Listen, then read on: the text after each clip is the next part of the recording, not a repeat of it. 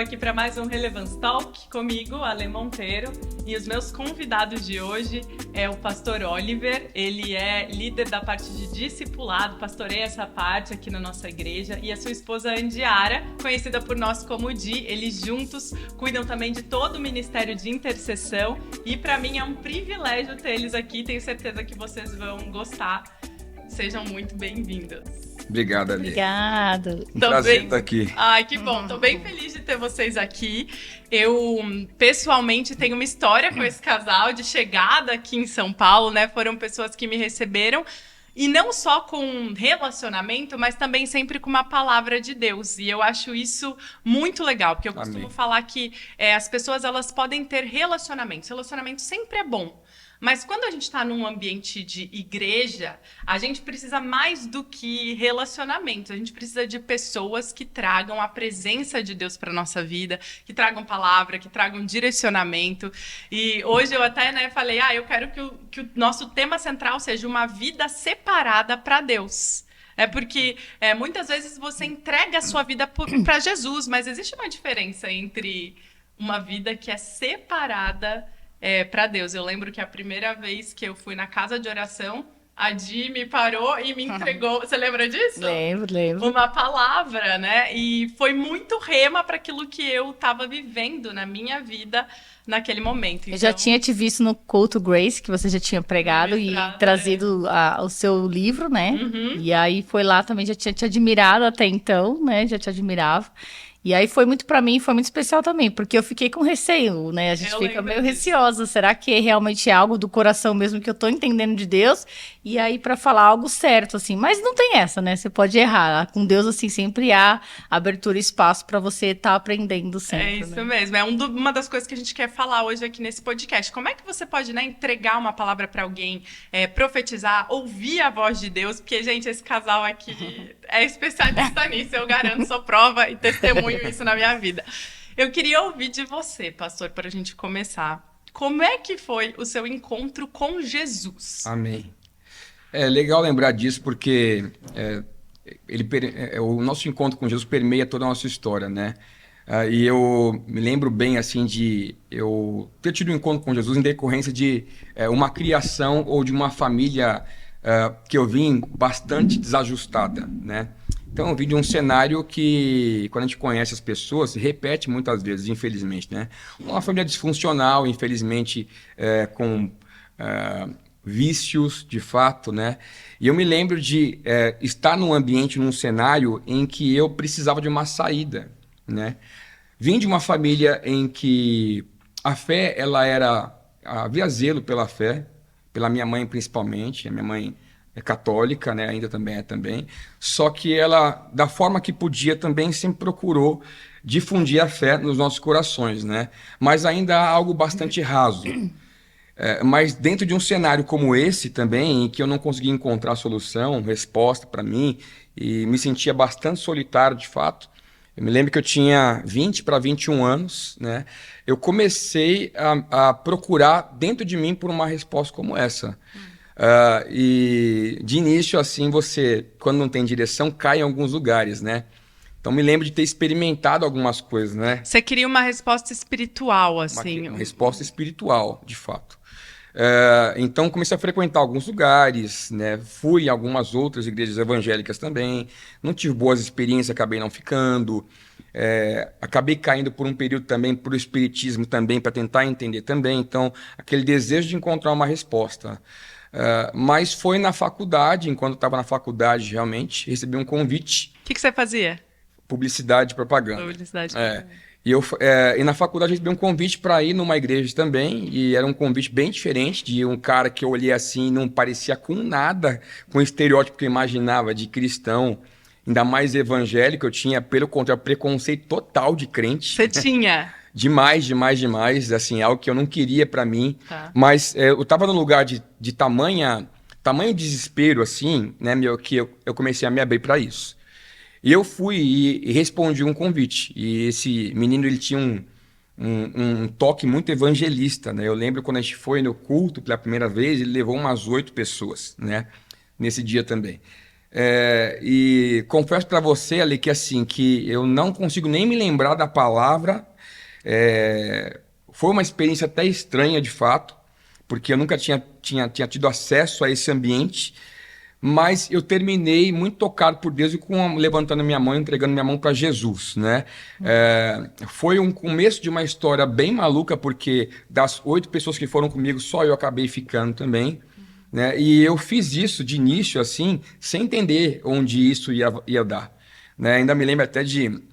vim de uma origem católica também, né?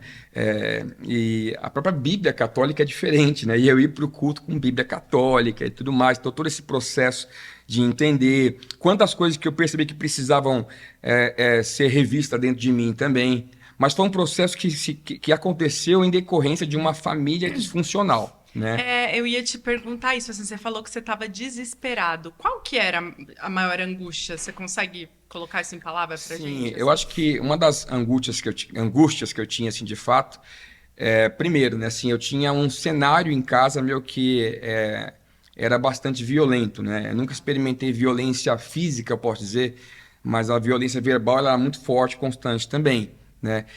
E isso trazia para mim muita insegurança, né? Eu até já contei em outro momento também, num testemunho que eu dei para a igreja também, no Real Life, que a gente gravou uma vez também, né? Houve até uma transição, eu não sei de personalidade, mas foi algo bastante intencional. Então, eu era um cara bastante mega inseguro, assim, enquanto adolescente. E quando eu fui para a faculdade, eu percebi que era a oportunidade de eu me vestir de algo uma diferente. outra pessoa. Uhum.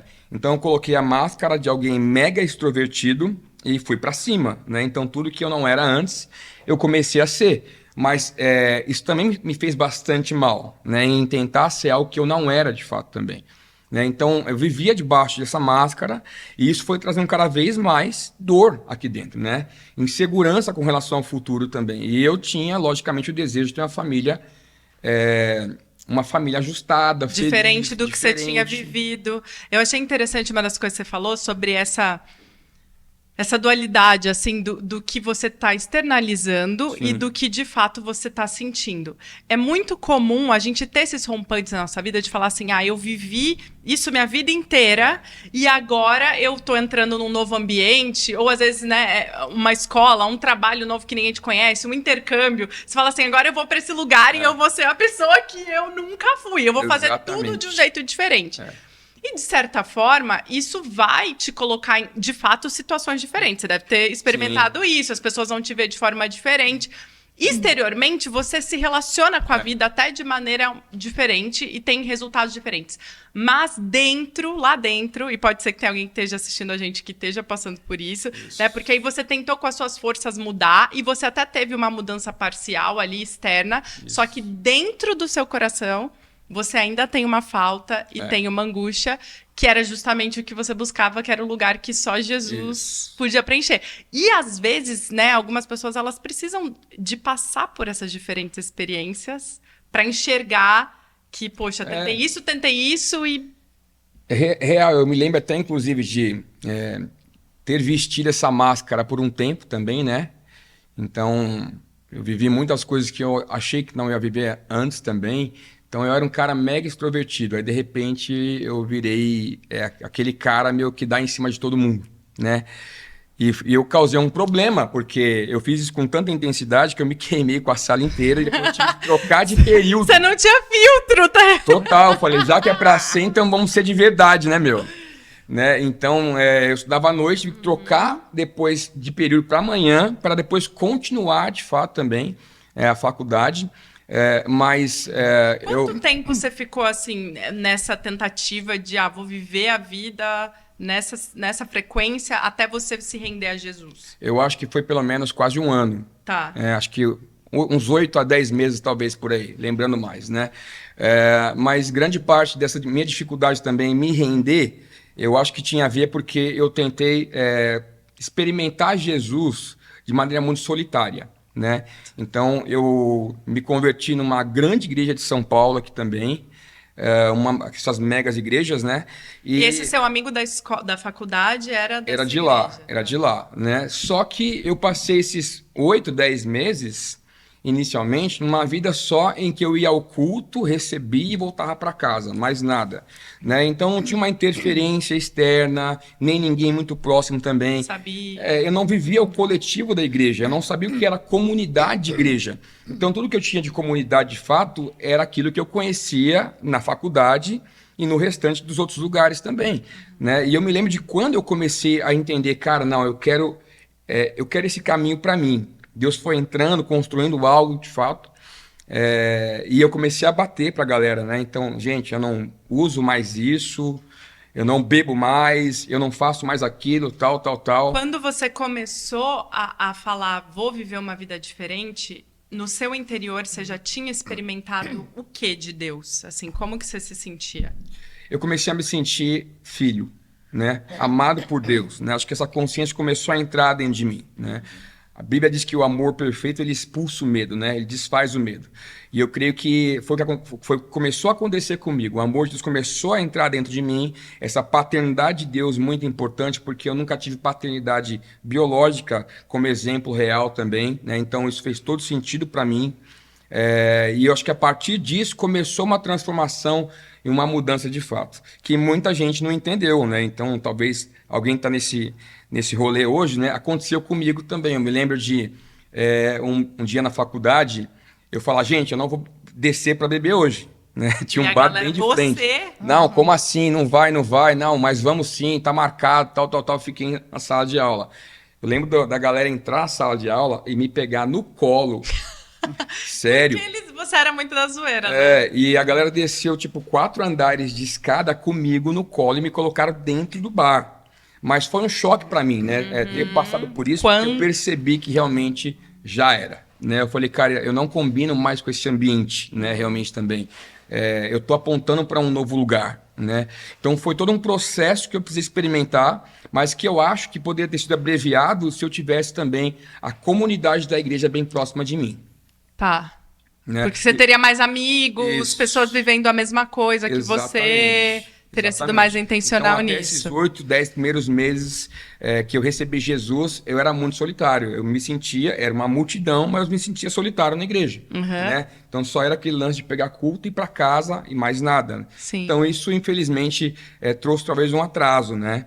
Mas depois, me lembro disso até hoje também, quando eu decidi, e essa igreja também tinha cultura também de grupos pequenos também, e eu comecei a frequentar grupos pequenos, tudo começou a mudar. Né? Naturalmente também eu comecei a encontrar pessoas que estavam olhando para o mesmo lugar, de fato, né? Gente, isso aí o pastor está fazendo propaganda dos RGs, entendeu? Porque ele lidera essa área, então tem um merchan aqui, mas é justamente por isso, então agora eu entendo como isso se tornou uma paixão do seu coração, né? Com certeza. Muito interessante como coisas que a gente vive na nossa caminhada com Jesus apontam o nosso olhar para tornar mais fácil o caminho de alguém que tá chegando agora. Exato. Agora eu quero ouvir a Di, que eu já tô sabendo assim. Primeiro, gente, vocês ouviram o Oliver contar, então ele ainda não era casado, muito menos conhecia, nem conhecia a Di quando isso aconteceu. Não. Mas de quando que você encontrou Jesus? Como que foi? Resumidamente, né, que é uma história bem longuinha assim, mas o meu pai foi usuário de droga há muitos anos, né? Então eu convivia com um pai que era usuário. Então, assim, aquela loucura de vida, né? Vinha traficante em casa. Então eu sempre tive por mais que uma infância meu pai era presente, ele estava sempre comigo, mas ele me levava muitas vezes. Você tinha irmão? Você tem irmãos e irmãs? Não, só depois de 15 anos eu tive uma irmã, que aí ela já estava no período que ele já estava cristão. Isso. Então eu fiquei sozinha a vida inteira, assim, com ele. Então ele era um pai presente, mas naquela loucura. Então, assim, eu que sentia, né, diferente do Oliver, eu sentia uma presença do meu pai muitas vezes comigo, mas sempre daquele jeito, bagunçado. Mas ele também chegou em algumas igrejas, chegou em Session West, chegou em vários lugares. Então, pelo que eu me lembro, realmente foi a última gota d'água, foi quando minha mãe saiu de casa. Eles não se separaram no papel. Minha mãe casou grávida, né? Casou grávida com 20 e poucos anos de mim. E eles não se separaram no papel. E aí ela decidiu largar ele. Falou assim, eu vou voltar para casa da minha mãe, eu não aguento mais essa vida. E eu tava viajando. E aí, quando eu voltei de viagem, eu não tinha mais casa. Com 14 anos, minha mãe tinha saído, voltado para casa da minha avó, e meu pai estava na casa da minha mãe, da minha outra avó. Você ficou com a sua mãe, no caso. Eu fiquei com a minha mãe. Uhum. E aí, nesse período que eu fiquei com a minha mãe, ele falou assim, eu vou me internar, vou ficar numa casa de recuperação. Só que a casa de recuperação, antigamente, né, há mais de 25 anos atrás, você não podia ter contato com o interno, pelo menos os 6 primeiros meses. Ok, você tinha quantos anos? Eu tinha 14. Tá. Aí eu não podia ter contato com ele. Então, assim, nesses 6 primeiros a gente não tinha contato, só por mensagem, de carta. Então a gente não conseguia. É antigo, tá, gente? Isso revela um pouco. Não, mas eu curto essa época, gente. Fiquei até, né? Falei. Meio sem graças, né? Chega muito rápido. Então a gente não podia, não tinha nem telefone. Você tinha um telefone exclusivo só do reitor, que era o que liderava lá. Então a gente se comunicava por carta.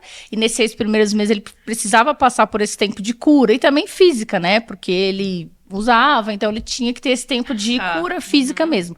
Aí depois de 6 meses que ele estava lá, a gente podia visitá-lo. E era longe demais, era em Ferraz de Vasconcelos, uma cidade muito querida, assim, tipo interiorzinho de São Paulo, parece, sabe? Mas é dentro de São Paulo. E a gente foi lá e, assim, um culto, assim, aí a gente descobriu que realmente era um lugar evangélico, assim, um lugar cristão. Já tinha uma passagem já entre várias coisas, que nem católicos, na família era católico, mas misturava espiritismo, misturava tudo para tentar entender qual que era o caminho certo. Só um caminho. Isso, mas aí até então a gente foi, e aí Deus falou muito comigo, assim, lá, mas como eu era muito nova, então muitas coisas ainda eu não tinha vivido. Então, assim, eu passava de escola em escola e nunca tinha amigos, então eu era muito solitária também, eu e minha mãe. E aí, com essa parte da gente ir lá com ele, vendo a mudança realmente de vida dele real, o encontro com Jesus, realmente a gente aceitou a Jesus, eu e minha mãe, junto nessa casa da restauração do meu pai, da casa de recuperação. Aí, depois de 1 ano, ele saiu da casa. E aí, depois de 1 ano e meio, a gente já estava alugando uma casa, ele estava voltando a trabalhar. Aí, minha mãe engravidou. E eu tava com 15... Isso, eu lembro da minha aniversário de 15 anos, minha mãe de barrigão. Só que aí eu entrei num relacionamento, que não era muito legal, um relacionamento super abusivo, assim. Então eu fiquei namorando dos 15 até os 18. E nesse tempo conhecia Jesus, mas não tinha entregado minha vida completamente a ele. Então eu vejo depois que realmente eu terminei esse relacionamento, que aí eu realmente me entreguei. Porque por mais que eu conhecia Jesus, eu não vivia com ele, né? Eu sabia qual era o caminho. E meu pai tentando, assim, ao mesmo tempo ele me podava, só que ele não tinha esse pulso firme, tipo, ele tinha essa paternidade, só que ele não sabia muito lidar. E hoje a gente percebe que ele se escondia muitas vezes atrás da igreja, né? Ele não sabia... A gente hoje vê, eu sinto isso, ele já é falecido, mas que ele não tinha esse pulso firme de ser aquele pai que realmente ensinava, de realmente falar. Quando você fala escondia, assim, contava que a igreja ia te educar. Tipo como se fosse isso. Os princípios estavam lá. E pra ele tentava... Era o que ele conseguia fazer, porque ele não recebeu também muito isso. Mas aí, então, ele falava assim, olha, é na igreja, é só na igreja. Dentro de casa, ele até tentava, de alguma forma, ele amava Jesus, assim, como ele se afundou nas drogas, assim, quem muito ama, né, muito é perdoado, muito ama. Então ele amava Jesus de uma forma, assim, ele me ensinou esse amor puro de Jesus, mas ele não conseguia me ensinar muitas vezes os princípios de entender realmente, olha, não é por aqui que você vai se dar mal. De te dar direção clara, e eu tive que ir pro fundo do poço. Aí realmente tive esse término desse relacionamento, aí sim que eu comecei numa igreja, que ainda não era a mesma que a dele. Quando você estava nesse relacionamento, você sentia assim, eu tô com a pessoa errada, mas não consigo terminar, ou não? Você achava, esse é o homem da minha vida? Não, eu sabia que não era o homem da minha vida, mas ele foi meu primeiro relacionamento que eu tive sério, assim, de quase 5 anos, então tava bem apegada. Achava que seria ele, mas não tinha essa certeza que não era, porque realmente não tinha nada a ver. Era outros princípios também. E depois que a gente terminou, ele se converteu também, foi pra igreja com outras pessoas. E engraçado, e no tempo que a gente estava junto, a gente não ia. Então, não era pra ser mesmo, né? Mas e aí, quando a gente... Namoro evangelístico nesse caso, tá provado que não funcionou. Aliás, não namore dessa maneira. Não existe namoro evangelístico. Foi o pastor que falou não. No caso. E aí, depois desse processo, a gente comecei a ir na igreja, aí realmente tive uma experiência com o batismo no Espírito Santo. Eu lembro que eu não me encaixava nem nos jovens nem nos adolescentes. Então, às vezes, eu tava nesse... Vai e vem. A gente tinha culto de jovens e eu ia. Tinha culto dos adolescentes e eu ia. E aí, teve um dia, eu falei, tinha um culto de reunião de oração. Eu falei, eu vou. Eu queria Jesus, eu estava indo em tudo. E aí tive uma experiência com o Espírito Santo. Então, comecei realmente a caminhar com Deus. Mas ainda não era o meu lugar que eu tinha encontrado, assim. E aí acho que depois que eu estava com uns 20 anos, que aí eu comecei a ir na igreja que eu que a gente se encontrou. Conheceu... Ai, eu não sei se a gente entrou nesse assunto agora ou Não, depois. eu só... Você tava com 15 lá quando seu pai saiu de casa, foi pra casa de recuperação. Depois disso, então, depois que você terminou seu namoro, você tava com quantos anos? Você lembra? 18. 18, ok. É bem uma fase bem crucial aí, né? De direcionamento de vida. Sim. E aí vocês chegaram nessa igreja, ambos lá. Isso. Como é que foi esse encontro? Cara, foi engraçado dizer assim, porque primeiro que para mim, assim, eu tive que, a minha experiência com Jesus, me desfazer de muitos padrões que eu tinha também, né? Então, quando você vem, você se converte, você encontra Jesus, você carrega muita coisa, né? Que foi construída em você por experiência que você teve, né? Então, eu tive uma adolescência, assim, um começo de vida adulta bem... não só a questão da violência verbal e da família disfuncional, mas de muita prostituição também, né? Então, isso foi importante também, porque Deus ele teve que desconstruir isso em mim, né? Então, para mim, o início foi importante que eu passasse algum tempo longe de tudo, né?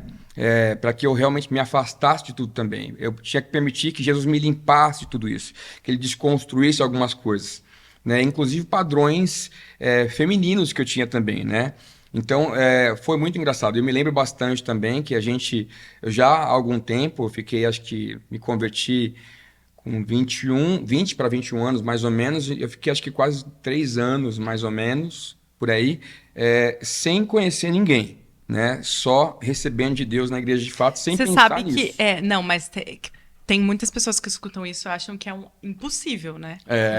Muita gente que acha que é impossível. Absurdo, que é assim... Ele ficou 3, eu fiquei 4. Então, eu fiquei um ano e pouquinho a mais que ele. Que é? É porque, assim, a minha história é diferente. Por exemplo, eu nasci num lar cristão e eu reconheço que parte do que eu vivo hoje, de princípios, de valores, eu fui muito poupada de muita coisa. Com certeza. Eu não consigo medir minha vida com pessoas que têm um testemunho diferente, por exemplo. Exato. Mas eu vejo que para pessoas que têm, como você está contando aqui, nossa, eu passei por uma vida onde eu vivia relacionamento de um jeito completamente diferente, tive experiência com várias mulheres, isso para mim, assim, era o meu normal, e aí, de repente, eu conheci Jesus e entendi que eu precisava focar nele e ficar um tempo ali sem me relacionar. Como que você conseguiu? Tipo...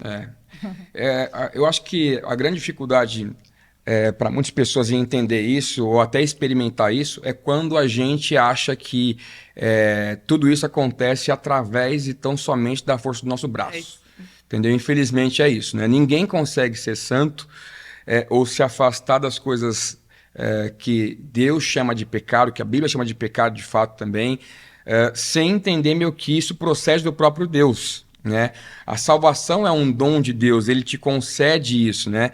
E a santidade também, né? É ele quem nos sustenta e nos mantém santo de fato. Mas é algo que também tem que ser intencional de alguma maneira, né? Então eu comecei a me cercar, por exemplo, de coisas que me remetiam sempre a Deus. Eu sabia que existiam ambientes, por exemplo, que eles eram um gatilho para mim, né? Para muitas coisas também. Então eu precisei trocá-los, né? É lógico que muitas vezes você vai retornar a esses ambientes para ser uma influência no futuro, mas muito no começo é importante você dar um passo para trás, né? E permita que Deus faça algumas coisas novas em você. Eu precisei fazer isso. Então eu precisei literalmente me enfiar na igreja e dizer, cara, esse é o ambiente que eu quero e que eu preciso para ser reconstruído por Jesus. E como sabia que também essa era uma área que para mim era complicada, era difícil de fato também, essa é uma das principais áreas que eu coloquei diante de Deus. Por quê? Por ter uma história tão difícil na família, eu não queria errar. Né? Eu não queria errar. Eu não posso falhar naquilo que talvez foi o ponto central de dor para mim, né? De sofrimento para mim. Então eu não queria errar. Então eu decidi consagrar para Deus esse lugar. E para que isso pudesse acontecer, eu entendi que eu precisava ficar sozinho, né? Eu precisava. Você teve esse entendimento, né? Foi algo que eu precisava ficar sozinho. Então eu me afastei de qualquer tipo de relacionamento. E a Bíblia é clara com relação a isso, né? O solteiro cuida das coisas de Deus, né? Então fui mergulhar naquilo que me cabia, né? Então dentro desse tempo de 2, 3 anos também, foi o tempo em que eu amadureci muito espiritualmente, fui conhecer o Senhor, fui conhecer disciplina espiritual, fui conhecer vida ministerial também. Essa entrega inicial também foi muito importante porque me ajudou a definir os próximos anos, né? Esses 3 primeiros anos sem ninguém também apontando para Jesus me mostraram exatamente o que ele tinha para mim, né? Eu até me lembro que quando depois no futuro eu conheci a Di também, uma das conversas que eu tive com ela, até vim falando com ela no carro sobre isso também, vindo para cá, era sobre isso. Que desde o início eu falei para ela, amor, eu sei aonde Deus quer me levar e o que ele tem para mim, né? Você quer isso também? A gente está apontando para a mesma direção? Exato. Porque as nossas histórias eram parecidas, né? Então a gente tinha de vida, né? A gente veio de lares disfuncionais. Então é a mesma coisa assim, a mesma coisa. Tipo, eu falei, eu quero ir para a igreja, eu quero ter esse tempo de me entregar realmente, de participar e de acontecer, de me entregar e entender que eu já tive relacionamentos fora, eu sei que é difícil, entendeu? Então eu falei, eu não quero errar, não posso errar. Eu não quero estar num lugar novo e fazer o mesmo. E fazer o mesmo. Eu acho que é por aí. E acho que a galera realmente menospreza o valor do tempo de solteiro. Né? Às vezes e acontece de pessoas chegarem até na igreja e você pergunta, o que você veio fazer aqui? Né? E muitos falam, são sinceros e cara, eu vim atrás de uma esposa. E muitas vezes, não toda, a gente não vai generalizar, mas isso é alguém só tentando tapar um buraco, né? Suprir uma carência, responder a um problema que tem na vida e mais nada, né? Quando, na verdade, a resposta, acho que para todas as situações da vida é Jesus, né? Então, ter colocado Jesus como prioridade por esse período construiu algo em mim que eu vivo até hoje, né? Que me fez experimentar coisas que eu não imaginava também. Então, a gente não deve menosprezar, né? O valor e o tempo que a gente passa solteiro. Isso é muito bom.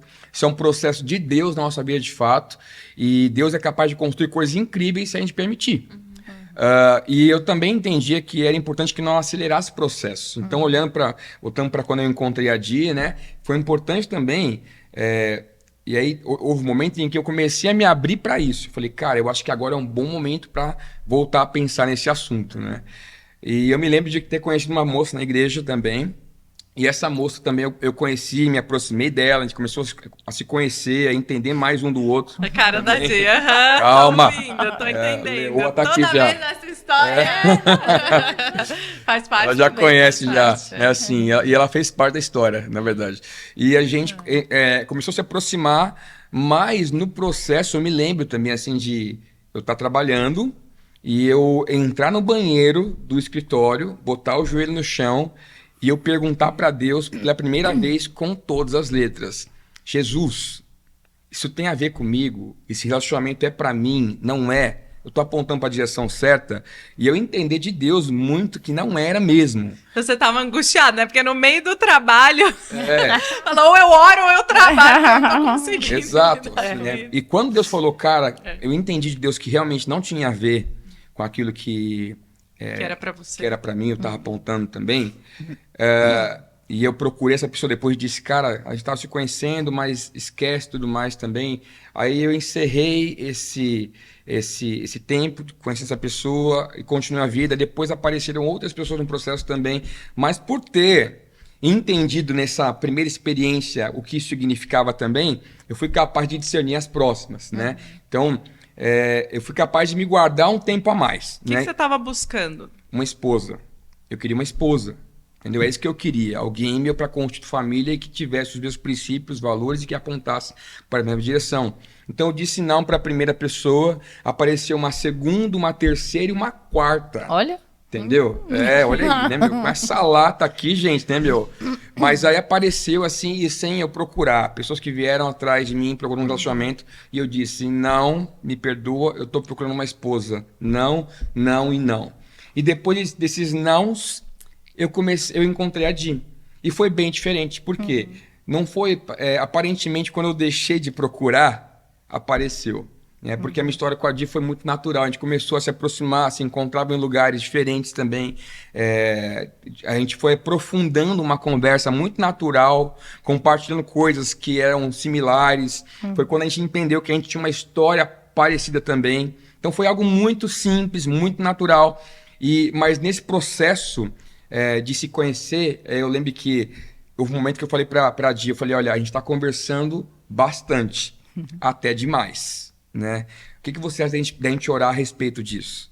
E a gente começou um processo, né, de tentar entender juntos, ainda se conhecendo, mas também agora incluindo cada vez mais Deus também, orando acerca disso com muito mais força também, para que Deus nos apontasse um caminho. Di, o que você estava enxergando nele, assim, nesse processo? O que você buscava? Como que foi? Diferente dele, teve só um rapaz que nesse tempo todo, um pouquinho antes dele vir conversar, tinha falado comigo que era o estereótipo do que eu gostaria, assim, um pouco, né? E aí, isso também é legal falar, que o nosso tipo de estereótipo fugiu completamente do que a gente queria. Assim, ela queria um surfistinha, gente, do olho azul. Não, entendeu? Não. E loiro. Você viu que ela ganhou na Mega Sena, né? Não, mas você é lindo. Mas então, mas é legal falar, porque às vezes a gente cria coisas. Sim. Porque a gente escuta, porque a gente cria. E eu também tinha um padrão completamente mudando, né? Eu acho que é legal, você não casa com a pessoa espiritualmente, né? Você não vai vir orando. Você tem que ter realmente uma afeição, uma atração pela pessoa. E aí foi completamente diferente, assim. Então, isso que foi legal, assim. Não era nada do que a gente pedia, mas ao mesmo tempo a gente sentia essa atração para querer começar algo também. Não só espiritualmente, mas também fisicamente. E aí, esse rapaz veio falar, eu falei que não, que eu já estava conversando com uma outra pessoa e estava entendendo de realmente se a gente queria algo mais sério, né? Mas o que eu achei muito legal também dele foi pela posição, assim. Eu queria realmente um homem de posição, porque eu sempre tive homens que não tinha posição, que, vamos ficando, vai ficando aí, vamos entendendo. Então eu queria um homem firme. Que soubesse o que queria e pra onde estava indo. E era bem a página que ele tava. Isso, né? Então acho que foi assim, o nosso encontro foi no momento certo, na hora certa. Não existe aquela pessoa certa, mas existe o momento certo e a hora certa. Então acho que foi isso que aconteceu. E a gente realmente teve esse entendimento e de que, cara, era hora. E não só pela idade, porque a gente... Quantos anos? Eu nunca sei de idade, gente. Eu sou terrível. Acho que a gente tinha, uns 22, 23. Vocês têm quantos anos de casado? 16 de casados, 8 juntos. É interessante ouvir a história de vocês. Quando a gente fala sobre viver uma vida separada para Deus, é muito difícil você viver uma vida separada para Deus sozinho. E aí, na hora que entra num casamento, você entrar num casamento com alguém que não deseja viver ou caminhar essa mesma vida. Exato. Não é que a pessoa não possa viver uma vida separada para Deus dessa forma. Só que eu acho que é um peso muito maior, né? Sim. Porque você está colocando forças em diferentes direções, assim. Sim. Então... Acho que é por isso que é tão importante que a gente tenha essa clareza, né? Então, como eu disse, a gente teve que ter uma conversa, né, desde o início, de para onde a gente estava apontando e se isso realmente encaixava com aquilo que a gente esperava, de fato. Eu lembro quando eu encontrei com a Di também, logo no começo da relação, assim, a gente teve o primeiro start ali, né, essa fase que a gente estava se conhecendo e orando, e eu falei para ela assim, amor não, né, não era amor ainda. Mas eu falei para ela, olha, sim, não. Fora disso, a que é do maligno. Então, pode parecer já duro. Já chegou com a palavra lá. Pode parecer duro, né? Assim, mas, cara, vamos decidir agora se a gente quer ser amigo ou se a gente quer apontar para a mesma direção, né? E conversa como essa, de ministério também, de olhar para o futuro também. E com certeza, ter entrado num casamento em que você tem alguém que acompanha com você, que tem uma mesma agenda, né? Que tem prioridades muito parecidas também, né? Que dá valor para o que você valoriza. Exato. Sim. Né? Vice-versa. Exatamente. Foi importante demais. Né? Eu acho que eu não poderia estar vivendo nada do que eu vivo hoje e a Di também, se isso não pudesse acontecer desde o início, né? Não que o casal, talvez, ele não possa ser diferente um do outro, né? Mas você tem que ter essa clareza desde o início. Né? Não, achei isso muito forte, porque assim, a gente aqui tá conversando com vocês, eu não tô conversando com qualquer casal. Especificamente, estou conversando com um casal que escolheu viver o ministério, né? Exato. Se entregar pela causa do reino, né? Sim. Viver uma vida pastoral. Exato. E o que você tá me comunicando é que, olha, essa decisão, talvez na forma como ela é hoje, ela aconteceu um pouco mais pra frente. Isso. Mas o seu coração já visualizava isso e já tinha isso desde lá do momento da escolha do seu casamento. Exatamente. E muitas vezes eu acho que a gente quer deixar algumas caixinhas em aberto na nossa vida por medo. Do tipo assim, e se eu colocar isso como algo que é importante para mim e depois eu não encontrar uma pessoa que tenha esse mesmo valor que eu? Exato. Só que tem coisas que já estão dentro não tem como você negar. Então, essa clareza de vocês, né, foi o que, inclusive, fez vocês se alinharem, assim, se encontrarem. A gente realmente também sempre conversa com muitos casais também, né? A gente fala bastante sobre isso, né, na realidade. Parecem ser questões menores, mas não são, né? Então, você tem que ter um papo do tipo com a pessoa que você ama, do tipo criação de filhos, ministério, finanças, né? Tudo isso é importante, porque no futuro, se isso não for acordado desde já, você vai ter problemas, né? Vai ter problemas de fato. Então, a Bíblia fala sobre jugo desigual, né? Assim, e a gente sempre se lembra do que é o jugo, né? Que é aquela peça em que você pode colocar 2 animais que vão arar a terra, né? E o jugo tem a ver com isso, é você olhar para um lado você tem um boi, ele é pesado, e do outro lado você coloca um cavalo, que é ágil também, que ele é mais leve também.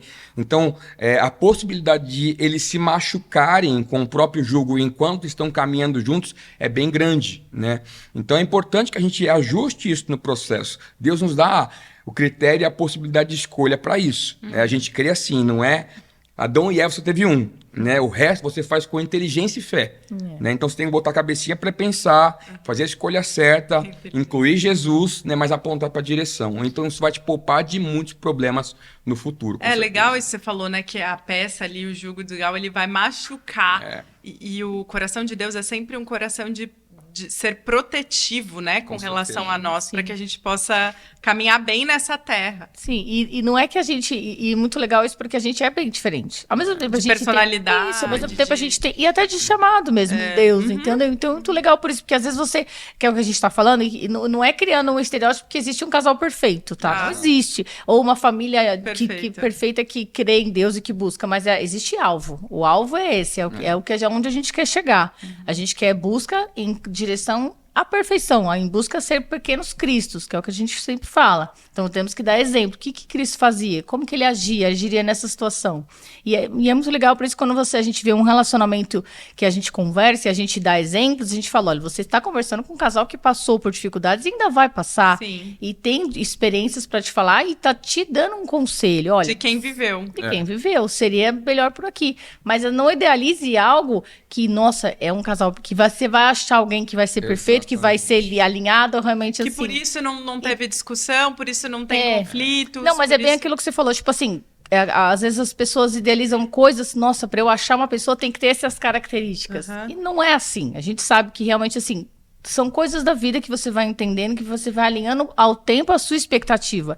E eu acho que hoje a gente... Com o passar dos anos. Isso, eu acho que o que a gente vive hoje nessa sociedade, claro, a gente casou muito novos. Então, a gente percebe que hoje é o que nem o Vocês Thiago... casaram com quanto? 24. E hoje eu não falei isso, né? Você já tem 2 filhos. A Lorena e o Pedro. Idade deles. A Lorena de 11 e o Pedro de 7. E é muito louco isso, porque a gente vê hoje a galera casando mais tarde mesmo. E assim, estão abreviando algumas coisas que, poxa, nós vamos ter um filho só, 2 acho que não vai dar. E tudo bem por isso. Ou não vai dar para ter filho, vamos adotar, não sei. Então, entendendo o tempo que nós estamos vivendo como sociedade, e realmente isso entender que a única coisa que não pode mudar é essa. Outras coisas você pode até mudar e tentar adaptar para sua vida. Poxa, né? Isso aqui, vamos escolher isso. Não vai ser um casamento menor, vai ter menos. Assim, agora, a única coisa que não pode mudar são os princípios. Que, assim, você leva para a vida toda. Sem isso não sustenta, eu acho né? Que a gente pode negociar num relacionamento muitas coisas, não aquilo que é fundamental e essencial, né? Então tem algumas coisas que tem que olhar, você tem que escolher para você. Isso para mim é essencial, eu não posso negociar. Tem a ver com o meu futuro, meu destino, meu plano de vida, coisa que Deus falou comigo. Então, por exemplo, quando eu falo de vida ministerial, né, vida pastoral, desde o começo eu sempre recebi palavras de Deus de que isso ia acontecer. Né? Então Deus foi conduzindo meu coração para um lugar como esse. Eu não sabia quando isso ia acontecer, mas eu tinha clareza de que Deus havia dito, né? E se Deus falou, só falta acontecer, né? Então esse é um ponto importante. Então vida ministerial para mim era algo meio que eu não gostaria de negociar, né? Então para mim isso era importante. Valores também, como valores, princípios, valores cristãos também. Então para mim era importante que eu tivesse ao meu lado alguém que também tivesse a mesma fé. Até um ponto importante de se falar, porque muitas vezes a gente se lembra, então tá bom, se Deus me deu a possibilidade de escolha, então posso escolher qualquer pessoa? Sim e não, né? Sim, porque você tem um livre-arbítrio, mas é importante pensar sobre o não também, porque se a gente olha para a palavra de Deus, há uma orientação sobre você não escolher ninguém fora do arraial. Então, quer dizer, então, pessoas que tivessem a mesma fé e o mesmo Deus, né? Então, isso para a gente que ama Jesus é o fundamento, é a essência. A gente não deveria negociar, né, esse tipo de coisa. E a gente já acompanhou diversos casais e quão problemático é no futuro todo o resto, porque isso vai influenciar o modo como você vai criar os seus filhos, lidar com o dinheiro, a sua agenda, tudo é difícil no futuro porque você escolheu negociar aquilo que era fundamental, né, que são os seus princípios, valores e a sua fé, né? Então a gente pode negociar muita coisa naquilo que é fundamental, nem tanto assim, né? É melhor não, porque vai dar problema no futuro, infelizmente, né? E geralmente a gente viu muitas vezes também, tantas vezes, aquele que tinha fé cedendo também e deixando de praticar a vida de fé em decorrência de um relacionamento, né? Abortando a fé. Como é que vocês fazem hoje, né, no dia a dia de vocês, para viver Jesus em família? Eu acho que uma Como coisa é que a fé sai, só para completar, né, do ambiente da igreja, porque pastor está sempre na igreja, e vocês cultivam isso como família? Eu acho que pra gente, a coisa importante foi entender que tudo é igreja. Entendeu? O que eu quero dizer Não entendi. O ponto é assim, é importante que muitas vezes a gente tenta excluir as crianças de uma vida ministerial, né? Protegê-los do processo todo, né? Quando desde o começo a gente entendeu que era importante que eles experimentassem isso com a gente. Lógico, né? Com cautela. Com cautela, com espaço também e tal. Mas a gente nunca se excluiu de uma vida ministerial porque nós tínhamos agora uma vida... nós éramos um casal com filhos também. Então, desde o começo, eles acompanham a nossa agenda, né? E, logicamente, né, sempre dando um espaço para que houvesse saúde e eles aprendessem a amar a igreja também.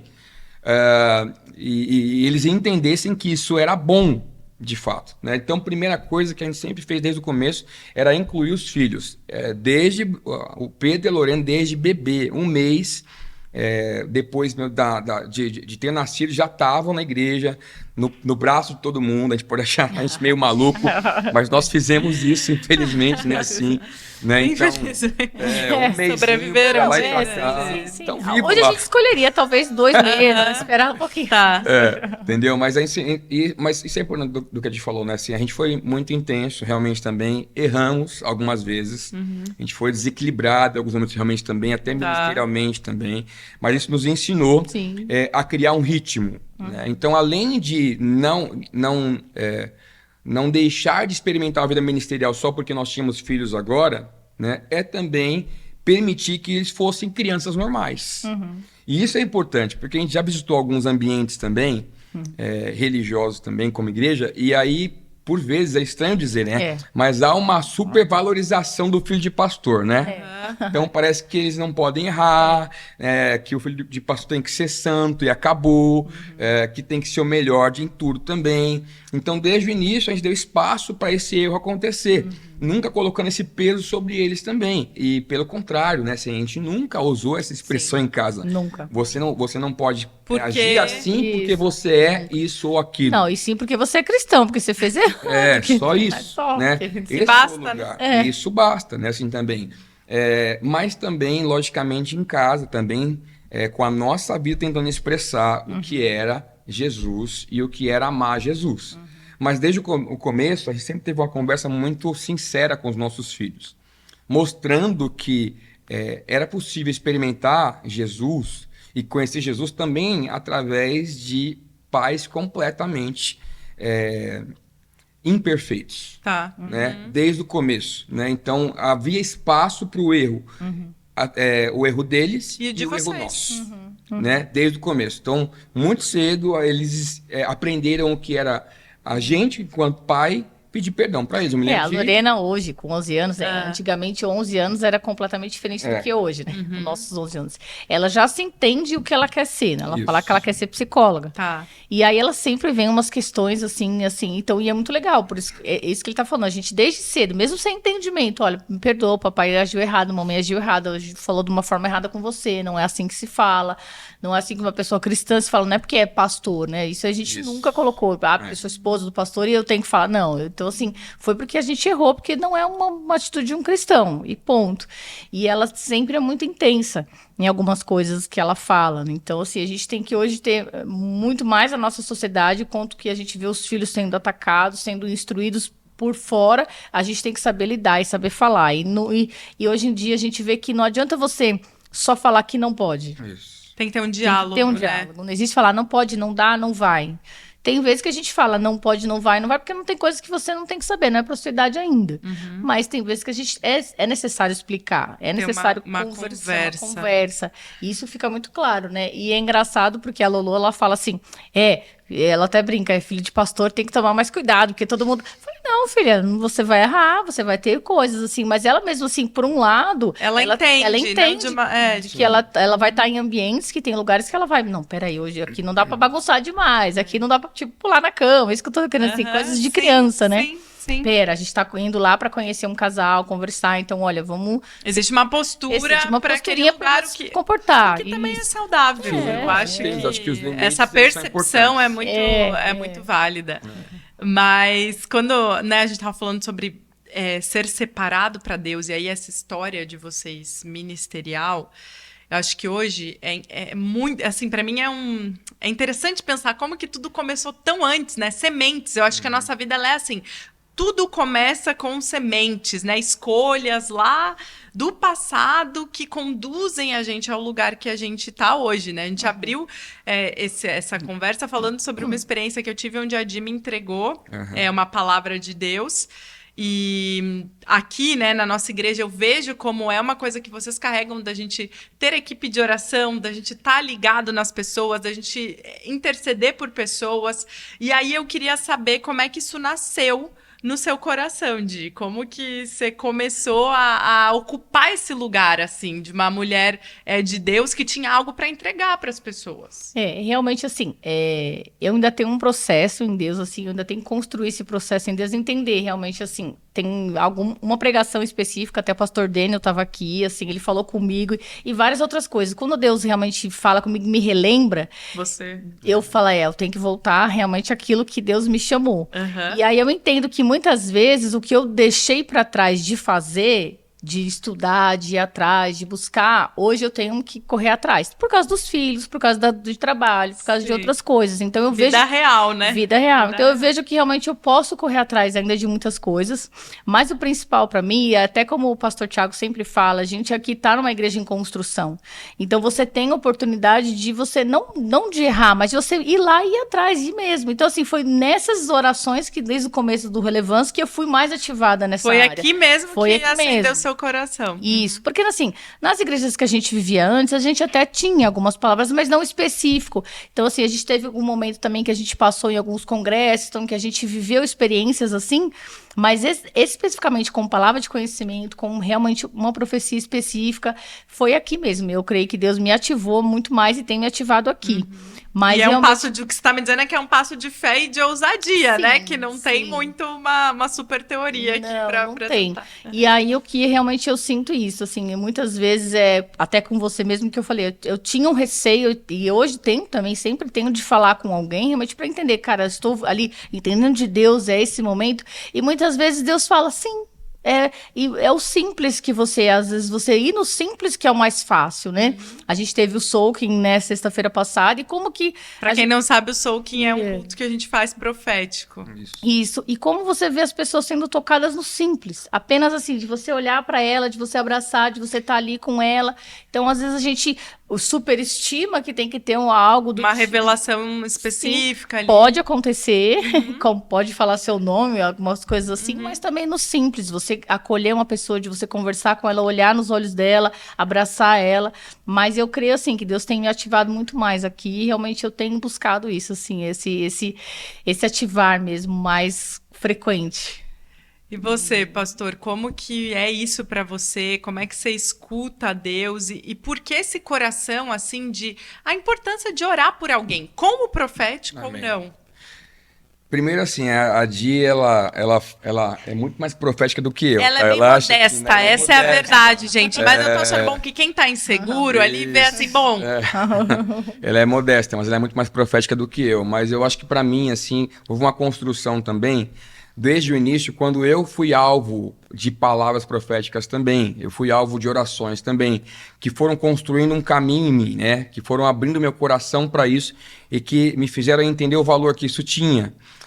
Então, quando eu penso em profético e intercessão também, eu penso no valor que isso tem de liberar destino para as pessoas. É né? verdade. Eu acho que o profético ele faz muito isso com as pessoas. Ele abre um caminho, ele libera destinos e ele mostra para as pessoas o quanto elas são amadas por Deus. Alguém que é encontrado com uma palavra específica entende isso. Eu sou profundamente amado por Deus. Eu sou um tesouro para Deus. Eu não estou sozinho. Deus está me vendo. Né? E isso é capaz de mudar toda uma história de alguém também. Eu passei por isso e eu comecei a zelar por esse tipo de coisa também. Mas eu confesso que houve uma desconstrução, porque também, na realidade, a gente, por causa da religiosidade, a gente acaba encarando o profético como algo que foi destinado para pessoas especiais, para pessoas que, na realidade, Deus separou e somente elas podem fluir através daquilo. E não é bem assim, né? É claro que quando a gente olha para o profético, você vai ver uma diferenciação aí, né? Você tem pessoas com uma mentalidade profética e pessoas do ofício profético, que foram separadas para a igreja nesse sentido. Mas a Bíblia diz que todos devem profetizar, todos podem profetizar. Então isso é algo para todos. E quando a gente olha para de onde isso vem, peraí, então, se é tão simples assim, onde é que isso nasce? Né? As escrituras vão nos lembrar que nós temos a mente de Cristo. Né? E isso é muito importante de se entender. Nós ministramos, nós oramos, nós profetizamos a partir da mente de Cristo, a partir do coração de Jesus.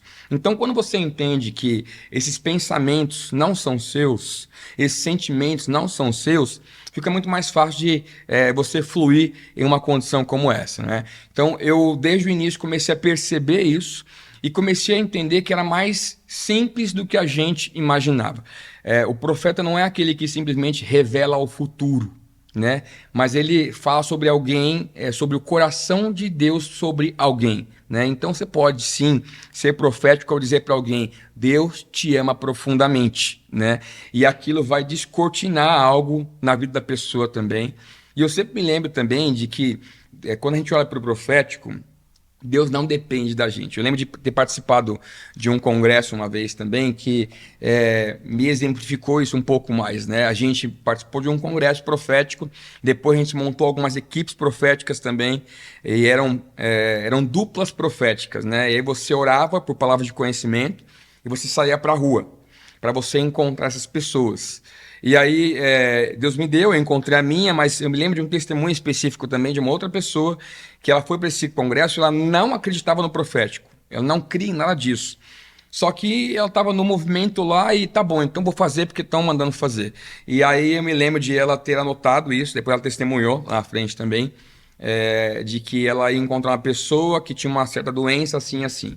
E aí ela encontrou essa pessoa dentro de uma oficina mecânica, ela entrou lá e disse: não sei se está certo, tal, mas a gente está orando e numa igreja aqui perto, e Deus falou com a gente, uma pessoa que passa por esse tipo de doença. O mecânico começou a ficar arrepiado, porque era a esposa dele, ele correu, pegou a esposa que estava no andar de cima, desceu, oraram por aquela pessoa foi curada. Depois, quando ela terminou de orar para aquela pessoa, Deus deu uma segunda palavra de conhecimento para ela. Ela, mas não sei se estou viajando, mas tem isso aqui. Era uma outra pessoa que ela conhecia, trouxeram e foi curada também. E depois mais uma terceira também. Mas onde está a coisa aí? Para testar a Deus, porque ela não sabia, ela não acreditava naquilo. Ela duvidava que alguém poderia receber uma palavra de Deus para entregar para uma outra pessoa. Ela duvidava. Então, para as 3 pessoas que ela orou, ela falou a mesma coisa. Ela disse: eu estou sentindo que você tem, por exemplo, uma dor na perna. E a pessoa orava e era curada. A segunda pessoa: você tem uma dor na perna.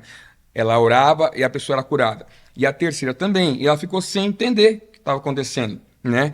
E aí, daqui a pouco, depois de ter orado para as pessoas, falou, não entendi, porque eu disse a mesma palavra para vocês. Aí ela disse, eu disse para os três que a dor era na perna. Só que o primeiro entendeu que era um tipo de dor, o segundo um outro tipo de dor e o terceiro um outro tipo de dor, né? Então, entre você e a pessoa tem a tecla SAP de Deus, sabe? Então, ela testou a Deus dizendo a mesma coisa para as três pessoas. Só que porque foi de fato que ela tinha recebido. Exato. Mas as pessoas entenderam o que elas precisavam ali para aquele momento. Coisas que só Deus explica, né, gente? Então, cara, e nem Deus todo mundo tinha dor na perna, é isso? Ninguém tinha. Nenhum dos três tinha dor na perna. Entendeu? Foram curadas de algo. Exato, né? Assim, então Deus não precisa da nossa perfeição, né? Mas a disposição, né, de orar por alguém. Exato. Você tem que dar espaço para o risco, né? E quando isso acontece, Deus pode operar, né? Então você pode, às vezes, simplesmente num abraço, num sorriso, às vezes com uma palavra específica, mas Deus ele vai cooperar com você. A Bíblia chama a gente de cooperadores de Deus, né? E aí a gente começou a se apaixonar por esse tipo de coisa, entender o valor que isso tinha e descobrir os tesouros que Deus tinha no meio do povo, né? Eu gosto, assim, de ouvir, porque a gente vê como que não... É vida com Deus e prática, né? É ter um relacionamento com Deus, de viver uma vida separada para Ele, né? De falar, não, eu quero servir a Jesus e toda a minha vida vai caminhar nessa direção. E aí tem pessoas que já são casadas, tem pessoas que ainda vão casar, tem pessoas que estão escolhendo com que tipo de coisa trabalhar, onde morar. Tudo isso... Quando você decide viver uma vida para Deus, todas essas nossas decisões elas vão sendo norteadas por uma escolha central, né? Viver para Jesus é algo que eu não abro mão. Amém. Então, como que toda a minha vida vai girar na direção disso? E aí, quando você está nesse lugar, você entende que sim, você pode ser usado por Deus para que outras pessoas conheçam a Ele. E aí acho que entra essa ousadia, né? De entregar uma palavra, de fazer uma oração. A gente até compartilhou essa semana que eu tava num Uber e o Uber, ouvindo a gente conversar, né? Tava eu e duas meninas da igreja. Virou pra gente e falou, gente, eu tô com algo no coração desde que vocês entraram no carro, eu sou cristão também, sou servo de Deus, era até pastor, sou pastor, quem me deu esse carro aqui foi Deus, e eu entendo que eu tenho que usar ele pra glória dele, e eu vou entregar pra vocês algumas palavras, e ele entregou uma palavra simples para cada uma de nós, mas foi muito pertinente para o momento que nós estávamos vivendo. Amém. Então, realmente, em todos os lugares, né? Isso não é algo só para pastores. É isso. E não é algo que deve ser guardado para a igreja também, né? Para dentro das quatro paredes. Né? Isso é algo também que Deus colocou para abençoar o mundo como um todo, né? É verdade. Então, mas é importante que a gente entenda que é algo que a gente deve ser buscado também, né? Procurado em Deus também. O apóstolo Paulo vai dizer, né, que de todos os dons, né, os melhores são esses também, os de revelação também. A profecia é importante porque a profecia revela o coração de Deus para a igreja. Né? E o profeta é importante porque o profeta ele é capaz de olhar para o cenário do céu, para a planta do céu e olhar para a terra, né? E trazer aquilo de volta. Né? Então é importante que a gente também ore por uma comunidade profética e uma voz profética aumentando na igreja. Eu ia perguntar isso. Como que você falou assim, é importante a gente buscar isso. Como que busca? Cara, oração? Assim, orar para orar. A gente, na realidade... Tem que ter fome, né? Tem que ter fome. Né? Acho que não pode menosprezar o básico, né? O arroz e feijão, que é o quê? O nosso devocional, é o secreto, é se conectar com outras pessoas que estejam amando a Jesus também, é se conectar com pessoas que também amem o profético como você ama também, né? Então você se coloca num ambiente em que isso acontece. Eu me lembro quando eu recebi, talvez uma das experiências que eu tive que mais mostraram essa questão, também num outro ambiente profético que eu estava, e a gente estava ali num momento de prático também, né? E aí... a pessoa que estava dirigindo naquele momento disse assim, vamos separar em grupos de 5 pessoas. E aí a gente separou em 5 pessoas e falou qual que é o número 1, o 2, o 3, o 4, o 5. Eu era o número 5, né?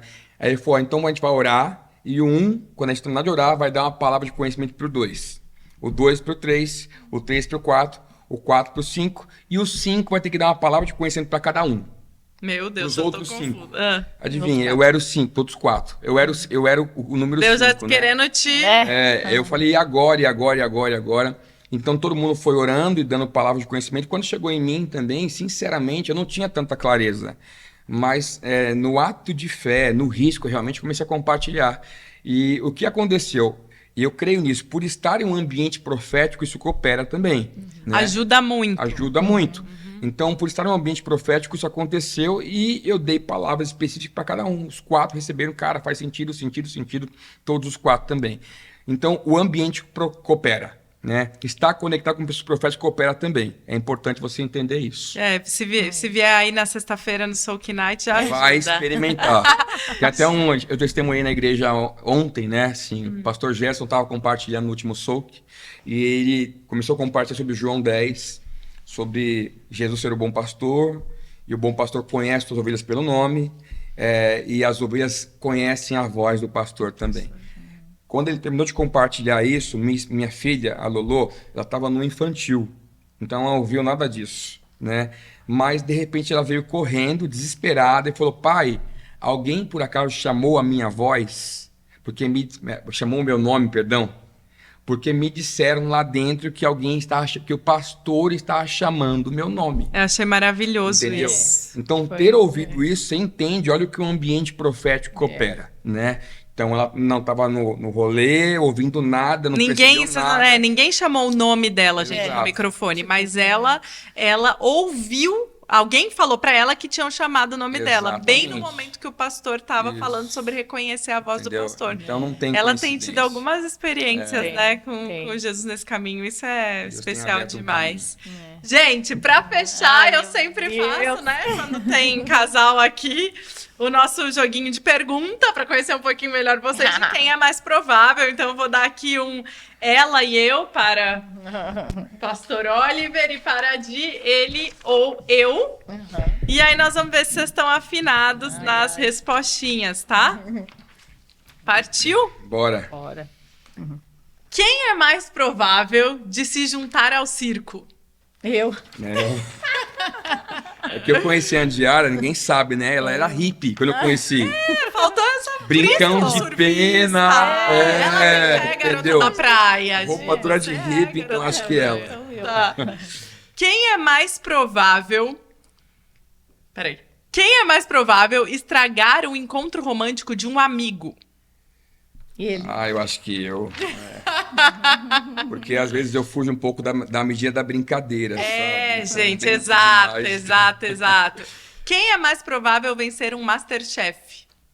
Ela, porque só ela cozinha. Minha especialidade é ovo e batata frita. Entendi. A pipoca. Um ótimo ovo, Quem é mais provável chegar atrasado? Ela.